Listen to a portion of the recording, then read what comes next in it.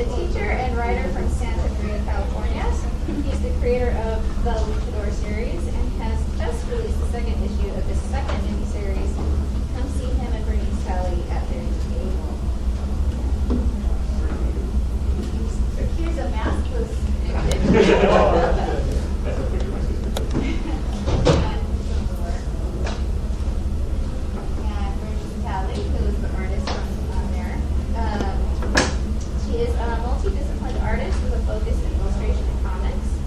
Talley's art is fun, dark, and not to be taken too seriously. Inspired by indie comics, 1970s black exploitation films starring, I can't speak, flora, fauna, anime, and giant robots. Talley's an educator and community arts advocate in the South Los Angeles area where she teaches underprivileged youth. I don't know if I should be talking in the mic. Ooh, that sounds nice. Yeah. Oh. Underprivileged youth. She self-publishes her own prints, comics, and zines beneath the company title Nubian Inc. La Menagerie, superhero comic, La La Land, and Coffee Cake are ongoing stories that focus on the autobiographical experiences living in Los Angeles and day-to-day crazy antics of working with children. Oh. I found that Oh, thank you. Did you do that tower? I knocked it. Oh, wow. I drop kicked it. Wait, I'm going to take one. I picked this together. Thank you. Now we go to Javier. Javier Hernandez is a cartoonist and arts educator from Los Angeles, California. In 1998, he launched his comics career with the publication of the first appearance of El Muerto. I have a bad Spanish accent, so. So you don't have In 2007, a film adaptation starring Wilmer Vladimir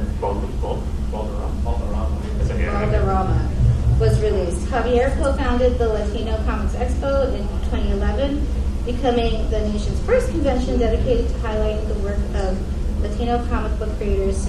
Since 2003, he's been teaching comic book workshops and classes, and also lectures at universities and museums. And this is awesome.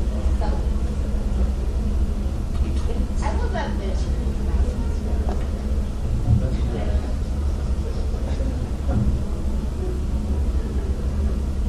And last we have Luke Martinez. He is an adjunct professor of history at College of the Sequoias, a high school teacher, and a comic creator who has produced graphic novels, short comics, and web comics.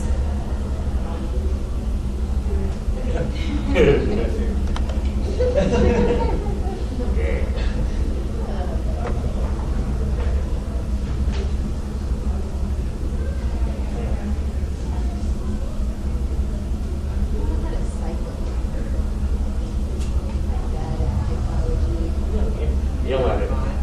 Just try yelling at it. Oh.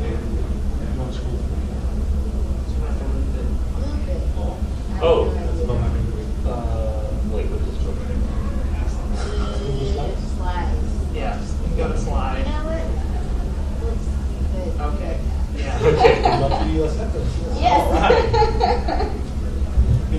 This is my first time doing this, so bear with me. Okay, so first off, I just wanted to go around and just talk. You each want to talk about how you first got into comics and any current projects you're working on. And we'll start with Javier. Okay, thank you. Thanks, everybody. So, I mean, like most, I think a lot of people, I read comics as a kid. My older brother gave me his comics. I was probably about like your age. And I just got really into comics. And eventually, after I read those over and over, I wanted to read new comics, so I go to the local 7-Eleven. Which people don't think they sell comics. They used to, for sure. So I started buying those there and just kept reading comics all through high school and college and such. And I realized the only thing in life I could probably do is comics. That's all I wanted to do when I was younger. But back in my day, there wasn't too many opportunities like there are now. So I didn't go to any comic book school. I didn't have any formal training to do comics like you do nowadays. So I got into other fields of work, graphic design and such. But, by the time I hit 30, it's like, I want to get comics. I want to do my own comics. So I started making other comics. I started with El Muerto, my first published comic book work. But I published in my own company those comics. And ever since then, yeah, it's been 24 years. 25 years next year, I'll have been doing my own comics, particularly El Muerto. So. Yeah, let's just keep going down the line. I started reading comics when I had a babysitter give me a couple of old Disney ones, which I wish I had. I'm sure they're valuable now. But and then I read Archie, and that was good for me because Archie comics in particular were pretty good at like showing and telling. Like he'd go upstairs and the panel would say, "I'm going up the stairs." It was super simplistic. So as I was learning how to read, it was really helpful. And then you grow up, you start reading, like, I read a bunch of 60s Spider-Man, some collections I found in the library. And that's when I learned, like, oh, that's internal monologue and dramatic irony. Because Spider-Man's like, oh, I'm going to dance with my girl. And then the next page, Ming-Yong says, I'm going to destroy that dance. So you're learning about dramatic irony. So it's a lot of stuff like that. And then I teach high school, and a lot of I have a whole wall of decorations for comic stuff. I use comic book references a lot because it's a good way to reach my students because they have the benefit of getting a comic book movie pretty much weekly at this point. So they get all the references. We're studying mythology right now, and I keep relating things. It's like Thor. They're like, oh, okay. Yeah. Okay, we get that. It's like, he's just not as pretty. By the way, Thor's a redhead. Read a book. And that's, yeah.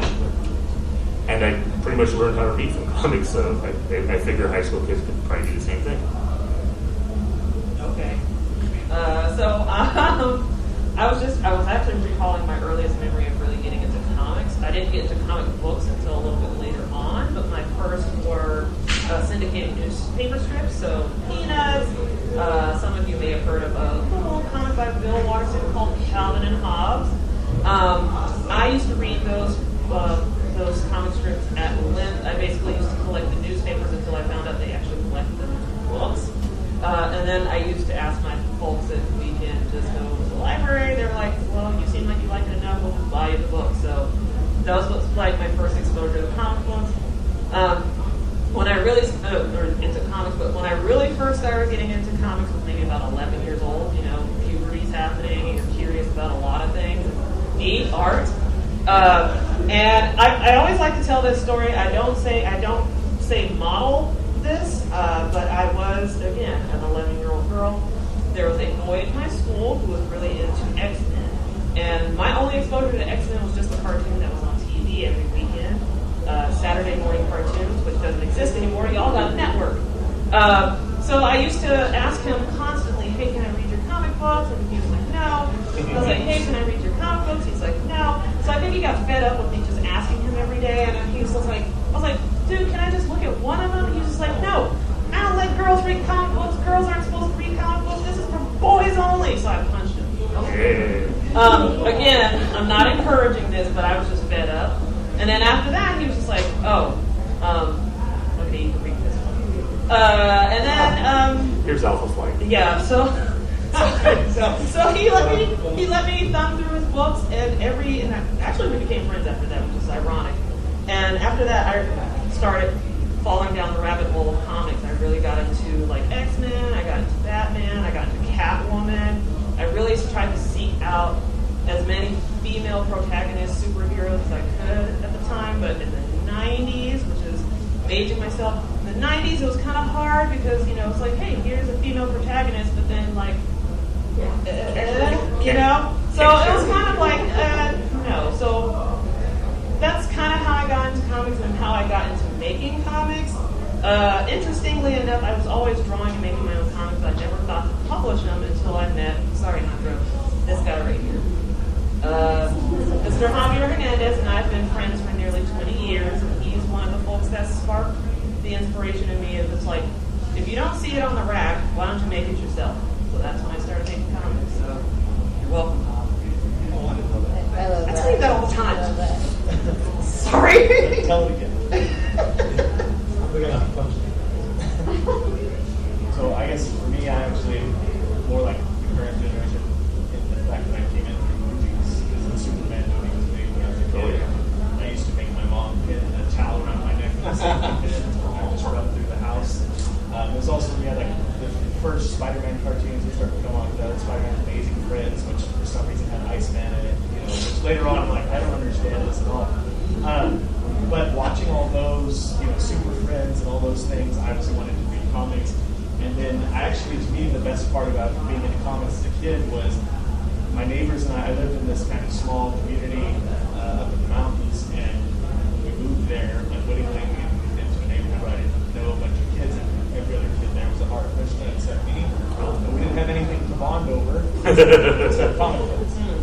So we would trade around the ranch these comic books. You know, somebody would read one that's really good and trade it to somebody. Oh, dude, have you read this one? I gotta read this one. And we just circulated these, you know, comics amongst ourselves, and that was the fun of it, right? It's like, oh wow, this story, you gotta read this one. And what really probably pushed me all the way into comics was that the older kids, the older brothers, all read X-Men. This is, you know, late 80s, the 90s. And that was the cool thing to read. So I went to a gas station, when the gas station still had comic books, and got, they would do classic X-Men and some of those things like that. So I started buying comics. Cool for me, my dad started going to a comic shop because he liked Batman. And kind of like everybody else, there was some point in which I was trying to come up with comic ideas and writing it, and then I was like, well, I could write something. And I remember I was reading an interview with somebody, I think it was Rick Remender, and he's like, everyone says they want to do comics, but there's only one way to do comics. You have to do comics. You have to actually get out there and write them, or draw them, or both, or whatever you want to do. But if you don't do it, you're just going to sit there. Everyone's got ideas. It's just where you want to go. So for me, that kind of pulled me into it. And then now, as a teacher, I teach English and history. So when I teach English, we always do graphic novels and trade paperbacks. I try to get a pretty wide variety. And as a history teacher, I actually try to incorporate it if I can. So, for example, you guys know Henry Rojas, the Los Miles on the Rambo, which has a bunch of historical documents in the back of it. I teach that as part of my history.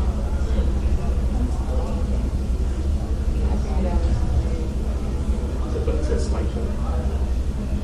Maybe you can do Yeah. it. I mean, it wasn't a slideshow. Slideshow's how you present it. There's a timer at the bottom, but good enough. Good work. It's fine. Okay. Thank you guys. It's so totally awesome to hear your origin stories. So, comics have come a long way in the academic world. For instance, there are now several comic undergrad and master's programs, but comics are also being read and studied in other academic settings, both in higher and lower education. What type of education have you personally had in learning about comics or how to create them? And I know Javier mentioned a little bit about that, but if anyone else has had any experience with comics in school. I know I had an experience in comics in school as a student, and that I was told not to read. I mean, we come to school with, like, you know, the library a lot of times we trade paperbacks, and it's the best way to go get new comics, and we read them and then come to school, but that's not real. That's not real. And so I'm like, well, the joke's on you, because I spent all weekend reading these. So a lot of it for me was that way, and then when I got older and was actually teaching kids, I'm like, I don't really care what it takes to get a student to read. I want them to read. If they want to read Harry Potter, cool. You want to read Hunger Games, great. You want to read War and Peace, sorry, go for it. Whatever, you know, my whole thought was just, if the kids are going to read, I want to do it. So for me, the biggest part of comic education has been experimentation. So like trying to figure out what kids like. I definitely came from a very 90s boys thing where I just wanted to have stacks of, you know, X-Men comics and the death of Superman and stuff like that. And I realized that wasn't for everybody, so I started getting, you know, learning about more comics. So, you know, one of my favorites to get was Ugly Mouse, which came into the news recently, and Persepolis, which I think is really just an amazing autobiographical comic. And so as I kind of learned more and brought more in, the kids would then, you know, we didn't have this feedback, oh, we should read this one. And it just kept building. So lot of it's learning how to educate because the kids are a lot more conversant in it than they were in my age, where it was pretty much the common people did that. Especially, I think now, I don't think enough teachers reckon with how familiar our students are with manga. They don't think about it, but it's one of the first major introductions into reading, especially reading, sequential stories. Yeah. I mean, I can piggyback off of that. So, I work for a nonprofit organization in South Central Los Angeles called The Place Called Home. And for a number of years, I was running the visual arts program. And Mr. Javier used to be one of our independent contractors. He used to come in and teach the comic book workshops once a week with our members. But one of the things that we always did, not necessarily as a classroom structure, but just kind of a free time activity, was just the consumption of comics. Because in the community that I live in, illiteracy is very high, and the interest in reading is very low. It's a community where English is not the primary language. It is definitely a monolingual. I shouldn't say a monolingual, but it's like a monolingual bilingual community. We call our students our members, but most of our members are bilingual. Most of the parents are monolingual, so access to books and things like that are kind of difficult to come by because most of the parents are working 2 to 3 jobs to support their kids. So one of the things that I really tried to make an effort of doing is integrating, using the arts as a way to integrate reading into the classroom. So it's basically like tricking kids to learn. So I know for many years I used to always I still go to Comic-Con when I can, but it's like I go to Comic-Con, maybe find like some freebies. I'd always bring them back, put them in the middle of the table, say, hey, whoever wants to read books, you're welcome to it. And then one kid asked me one day, hey, Miss Bernyce, do you have any access to any manga? And I was like, say less, what kind of manga do you want? And they're like, I don't know, what's good? And I was like, let me go dig around at home. So now I'm bringing my books from home. What these kids read: Ranma 1/2, Sailor Moon, Berserk, which I know is not for kids, but I let them. Well, I mean, I figured, why not? I was reading at their age; they're fine. Yeah, I mean, it was like Lone Wolf and Cub and things like that, So I brought that to. They're drinking it up. They are eating it, and they are just like. I had battered copies of books and so forth. So it was one of those things where it's like I was like, okay, these kids really want to read, but of course the pictures help them segue into getting into the language, and that's where we started expanding on that. It's like not only are we creating such sequential art by participating in comic book workshops, but we're also teaching the kids how they can be driven to creating narratives with just pictures and not always having to focus too much on the words, because right now you can focus on the pictures and the words will follow. So, that's how I can say that's how we use comics in the classroom. It's not necessarily a formal curriculum-based opportunity, but it's more of an exposure-based opportunity. Well, yeah, well loved. The kids don't want the battered book. I give them here, have this well-loved copy. Yeah, there you go. Well, they look like they've been in a street fight. Look at these vintage comics. They're from the... Say old school, so many things before 2005 is old school. Anything from 5 years ago is old school. I lost mine. Yeah, they made me say that. There we go. Okay. And let's see. At my high school, me and another teacher, Ben Rothstein, he's my work wife. We adopted Mouse and I can never say Persepolis into our curriculum, so they're in our school textbook room. And then they won't let me teach the class, but I helped make it. And then I teach language learners, so comic books are really good with that. Like I was mentioning earlier, a lot of those early comics would be, I need to fix this car while the guy's fixing the car. Now I'm going to go drive to my best girl. He's driving and he's got like a heart above his head or whatever. So the words were really good with the pictures. So I used to leave not all my entire, I used to leave a good chunk of my comic book collection in my classroom, because I also didn't have a house with enough room for them anyways. And I would, now and then I'd say, tell the kids, go check it out. And I remember my assistant principal said, what if they steal them? I'm like, oh no, they're going to read. Oh, please. I'm going to tackle them on the way out the door if they're trying to read something. There weren't the nice ones, but there were just the extra ones I had. so that's always been really helpful in my language learner classes. And I got a proposal right now to create a comic book for like on campus. Students would make it. Students would do everything except pay for it. Yeah. So I got a proposal to hopefully do that next year. It would be just like a bunch of one-page stories probably. And sell it in a student store, but I'm still waiting. I'm not the favorite teacher of the administration. I wear Hawaiian shirts too much. What you're saying about the language thing is because one thing we always talk about, and I've heard this many times too, is that anything that's good for English language learners is good for all kids. Those things are good for everybody because it's going to help everybody.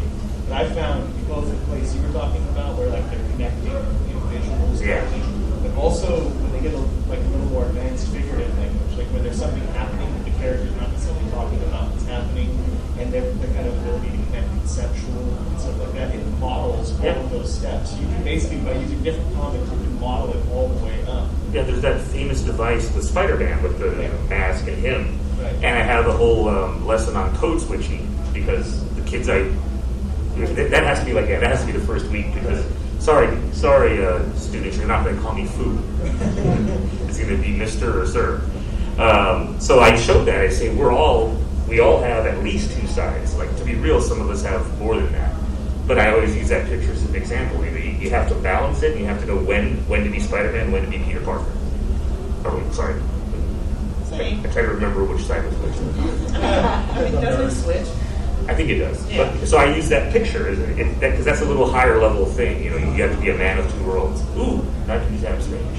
I'll use Adam Strange in the next one. Nice. But it's when it's true. It works. It's a good way to teach those higher concepts too, like dramatic irony, like what I was saying earlier.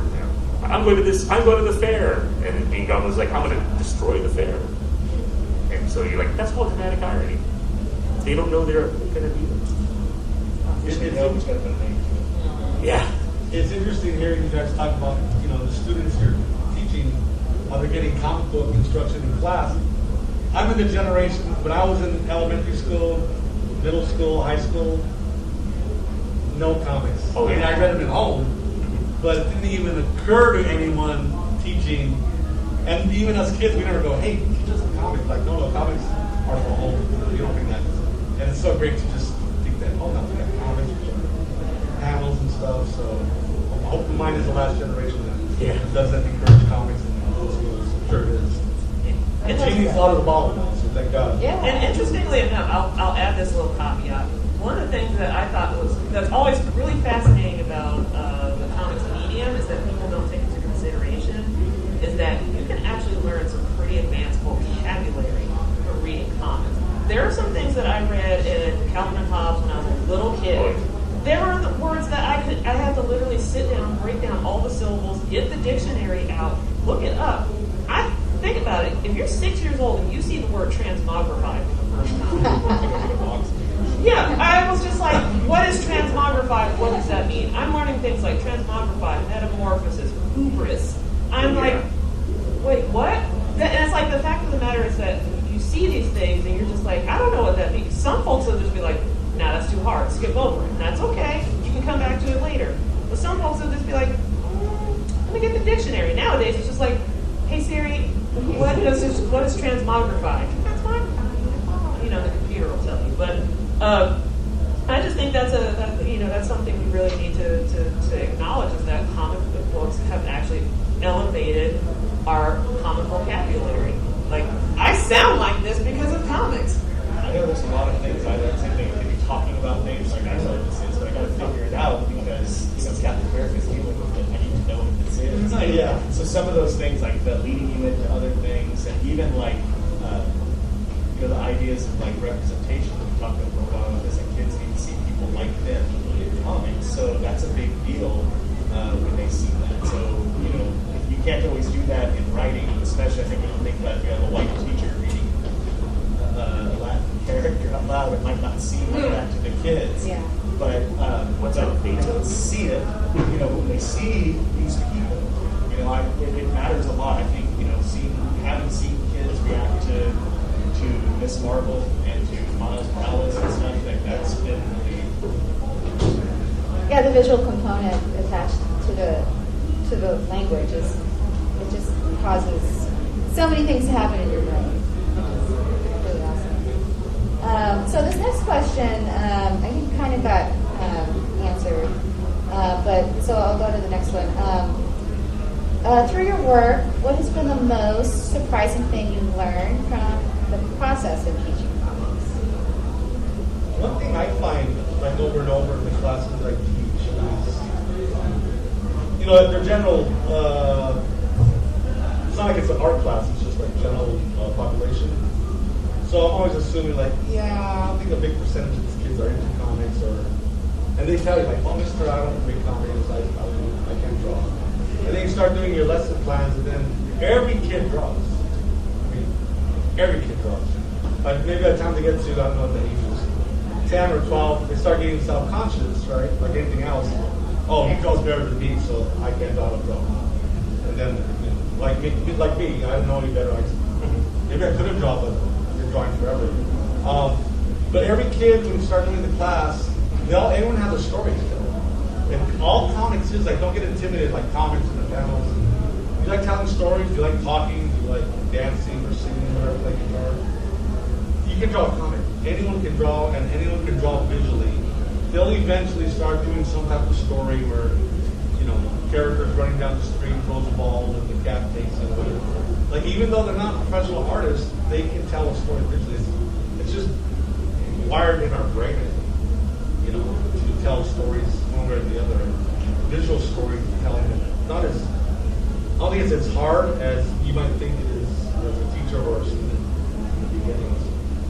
It's always amazing to me. In some ways, we're not teaching like we unteach visual storytelling because we take the kids out of picture books and stuff and turn them into regular books. We tell them to visualize things, but we don't tell them to visualize things when they create. They still visualize it here, right here, right in my hand. So what I think ends up happening is you have to kind of like get them back into that mode. Obviously, they're naturally, I think it's a huge advantage we have in the current generation of kids. I teach high school kids. There's a huge advantage that they are more visual thinkers than like earlier previous generations were because they've grown up in this very visual media, this world of the internet. So some of this is actually tapping what's already there. Like tapping what you have and it's located, show it visually. And some of them I think do even have this thing where you're like, why don't you show this off? And I'll be like, well, you know, I don't think other people see it that way. Well, it's why you have this right. The way you see it. I think we're also used to, like you're saying, emojis nowadays, right? So like you already have in your head an idea what a happy face looks like, an angry face, an embarrassed face, because emojis are so prevalent in your visual language. Yeah, I sometimes think of emojis as comic creation and Hieroglyphics. yeah, and like meme making is like making a single panel comic. Yeah. Yeah. It's actually kind of interesting because I don't like this. I'm not going to restrict it to just what I do in the classroom. I'm going to say to the community. Because like I said, the South Central community doesn't really have access to, you know, a lot of, like there's no comic book store in the South LA area, you know. People don't really always have access to just like get in the car and go to Gardena or go, well, if you guys aren't from LA, Gardena is like a suburb, you know. Most of these comic book stores are located in like suburban areas, and if you're in like an urban core or you know an urban community, it's really hard to have access to these. There are libraries, but are the libraries always going to be fully stocked with these reading materials? No.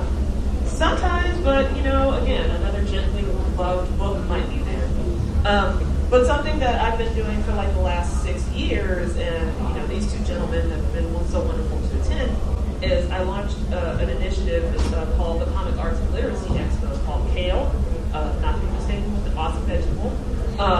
But what the idea of it is to expose the community to comics as a literacy tool. You know, when people are just like, I don't really like reading. I think, you know, I don't have time. You know, I don't. You know, again, you're talking about how Marvel and DC are just making, you know, they're making films constantly, and people are just like, oh my gosh, I would love to read a Superman comic, but I don't know where to get them.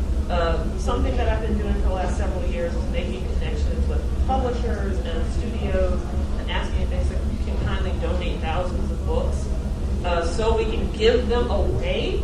So we've been doing that for like the last 6 years, and over in the last 6 years, we've been giving away at least 20,000 comics since then. And the idea of that is, okay, we started with comics, now let's see if we can give away novels. So now we're giving away young adult novels. Now we're giving away, like, you know, who has gently used John Grisham books? Who has Stephen King? Who has J.R.R. Tolkien? Who has, you know, Octavia Butler's Kindred or something like that? Let's find some LGBTQIA literature that our young people can really get invested in and give these away. And then flip it in reverse again. Find some books that have been adapted into graphic novels. Yeah, it's like going back and forth. So it's almost kind of like, let's start with comics, which everyone's like, yeah, that's for kids. Then you're like, novels, like, that's for sophisticated kids. Then you're like, graphic novels, you're like, that's for the advanced nerd. So that's the way I try to do it. It's just like, yeah, keep them on balance, bring it into the community, expose everybody to it as much as possible, use that tool as a way to just get people invested. And they come back every year and they still want more, and I'm like, yes, it's working. Yeah, I had this impression when I was reading comics that someday I'd be reading books and I'd have to put childish things behind me. Or I'm trying to remember the Bible verse. Now's the time to put aside such childish things. But, you know, when I ended up working in a comic book store in my teens, and I was like, oh wait, he's reading books and comics interchangeably. He's over here reading The Hobbit, and then he's reading, you know, he was a big fan of Robert Crumb, which don't Google that. Yeah, but like Especially I was like, he's going back and forth between, like, he didn't just put aside comics when it was time to read books, and he reads newspapers too. That's neither here nor there. What's the most surprising thing about comics now is, you know, now and then I'll hand one of these paper comics to my kid. He's like, "Oh, that's cool. Is it digital?" I was like, "It's in your hand right now. How about you just look at that, guy?" No, they're more interested in the digital than paper. And I think about it. I was thinking about it on the way up here. I was like, well, I have a house to spread stuff out. They probably like have a room or share a room, so they might not have the space to keep a bunch of comics. So I think I get why they're more digital. But yeah, because a lot of the manga they read is digital too. So a lot of it's because their computer or their iPad or whatever could be like a Swiss Army. That's true. It could be like, you can have a video, then you can have beginning, and then I can read a comic. Yeah. So I think we don't take into account. I know, like for me, one of the reasons I was in comics is that I wasn't allowed to be controlled to even. So I'm like, okay, well, I'm gonna do what I like. And so I think that's still like that kids. They're like, well, on my device, I'm in charge of the content. So digital just works way better. Also, it's easier to share. Yeah. And it's typically the right price Yes. for kids, especially. So I'm just going to move on to another question, and then maybe we might have a little bit of time for questions from everyone else. So certain books are being challenged in the classroom and in school libraries. Graphic novels in particular are easy targets because a parent can pick it up, thumb through it, and find something offensive without ever reading it. With that in mind, how does that affect how you teach comics, and where do you see the future of comics in the classroom going? I like that. Like for my teaching, so what I mostly teach, I think that they're probably more into stories. I teach the kids how to make comics. So Yeah. we don't really use in my workshops. I don't really use like, I don't bring in samples of like big books. We don't have to read them. So I'm just mostly teaching the students how to do the characters and the stories. But it sounds like they definitely have the experience with particular books.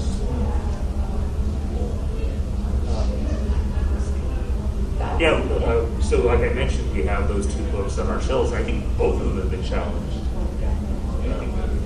Yeah, and anything that's not just like the founding fathers gets challenged, I guess. It's like, wait, hold on, this is about a girl? Nah, man, we can't be reading that.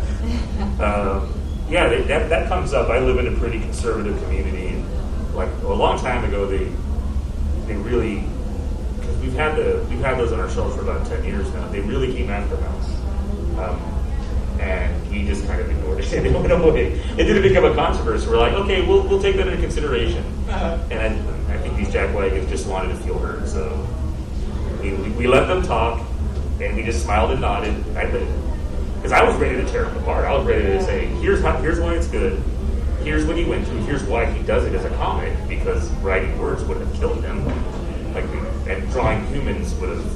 Because I think the big thing was you're tricking kids. They think it's because it's cartoons that it's going to be a fun story. I'm like, well, no, that's not how cartoons work. I mean, even now with that last Pixar movie, people are just focusing on one part of it and saying this is not appropriate for kids. What is appropriate? Romeo and Juliet, that starts with joking about sexual assault, right? Like the first 4 pages are just that. But nobody ever complains about Romeo and Juliet. It ends with, oh, well, they haven't read it yet. Oh, okay. Okay. They look smart. I think they read it. Right. They probably skipped to the ending. Their school is very open. There's a 6th act where it turns out they faked their deaths. And they ran off the cabin. Yeah. But a lot of times people just want to feel heard in terms of like complaining about content. Like even what I do, because the class I teach, I have like zero oversight. Like I kind of do. I teach the EL classes, then I have another class called Practical English where I just, as long as the kids aren't burning the school down, I can kind of basically get the kids like me. Like my mom calls it karma. Remember all those kids that you. Remember those teachers that complained about you? Now that you're complaining about them, you sound just like we did. Because my mom was a teacher too. So I'm trying to constantly do things that make things interesting for them. Like with vocabulary, sometimes we'll have vocabulary assignments, and I'll say, where I'll show a picture, and I'll say, here's like it'll be like a silly picture, like I have one where a monkey is stretched across a telephoto lens looking down. It's an actual photograph. And I always wonder who took a picture because he's on the camera. But I'll show that picture and I say, I want you to draw what happened before and after, like the whole comic strip thing. And they always say, I can't draw. And so I'll show them how I draw. And I'm doing it digitally, so it's even 10 times worse. And if you can do better than that, you'll get credit. And they're like, oh yeah, we can do better than that. Yeah. You don't know how to use an Apple Pen. So I'm just using my thumb, drawing like a caveman. That's okay. It's effective. You can look at caveman drawings and hey, look, they can look off. Look, that's it. Well, sometimes I throw the shock-proof iPad down and make monkey noises and just run out. At least you're not throwing food. It's really funny. I got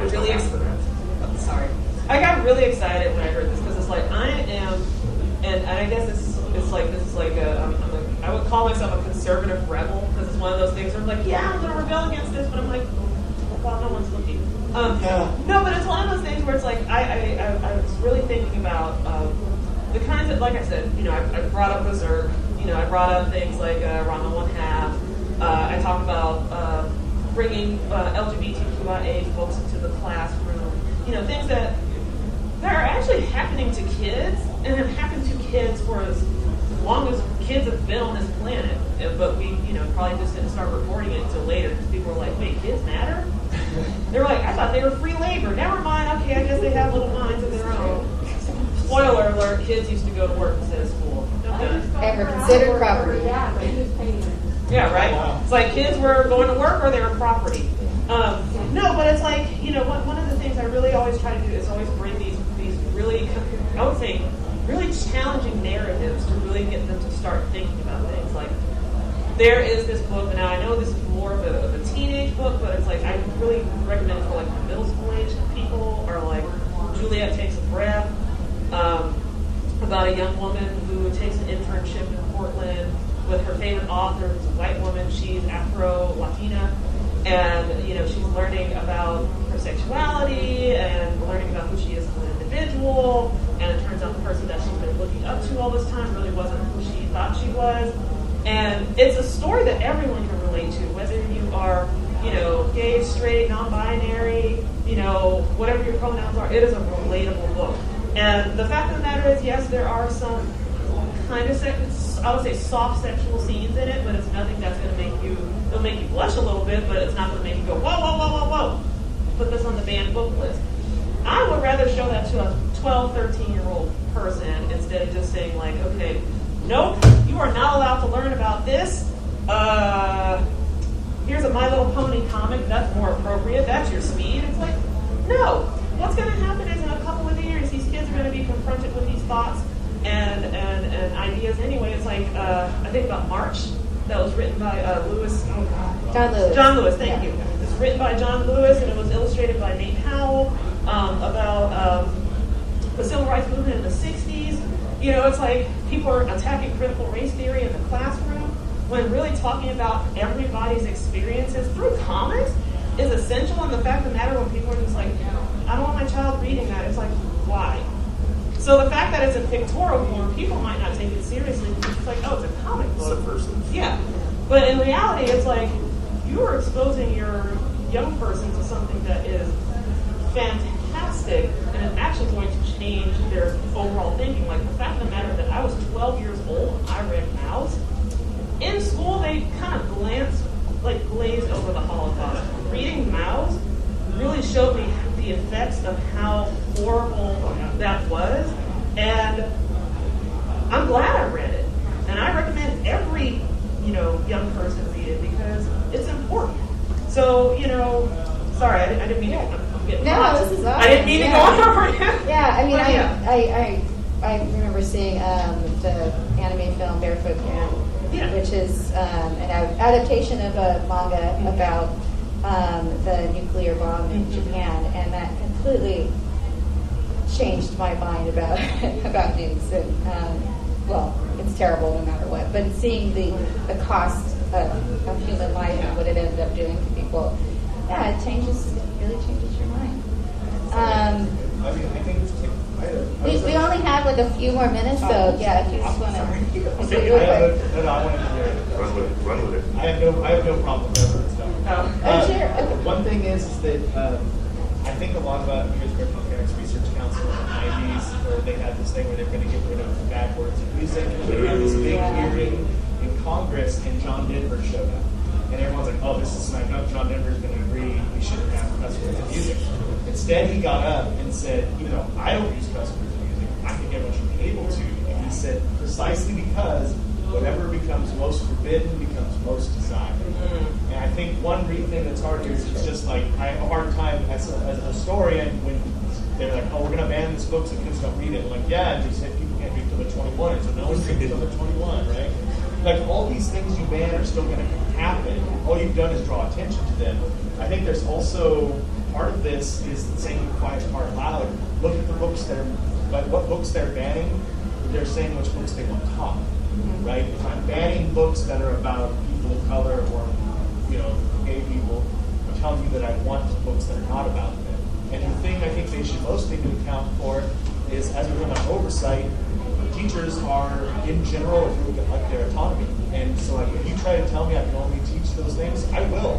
But when I teach the Odyssey, I'm going to talk about what Penelope's going through. We should talk about women, right? When I'm talking about, I'll show if you let me talk about popular culture, you're going to talk about the Matrix and how great it is, and then I'll tell you how it's entirely about the experience of trans people, right? Like that stuff's there, and the teacher's going to find it. For me, with the kids, I misunderstand that. I have no interest in indoctrinating a kid even to agree with me.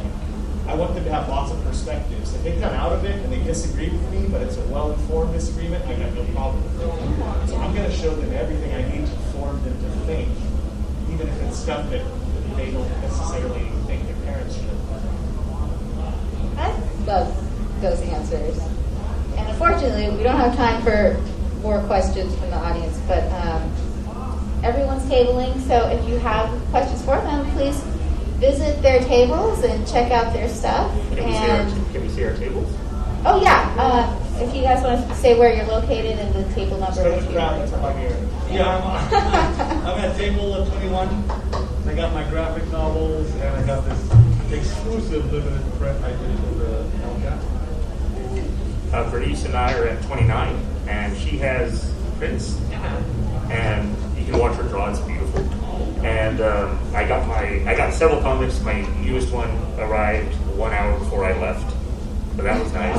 Oh yeah, I just told the UPS guy, put it in the trunk. I'm moving. Yeah. And so I got pins, I got stickers, I out all the things people like to put on their notebooks. Oh, I'm at table 40 by Jandro and my soulmate Rajas, and I have a lot of stuff. Thanks. This was an awesome panel. Thank you for joining. And yeah, thank you, everyone. Yay. You guys have been a lovely audience. You've been comics, you've been great.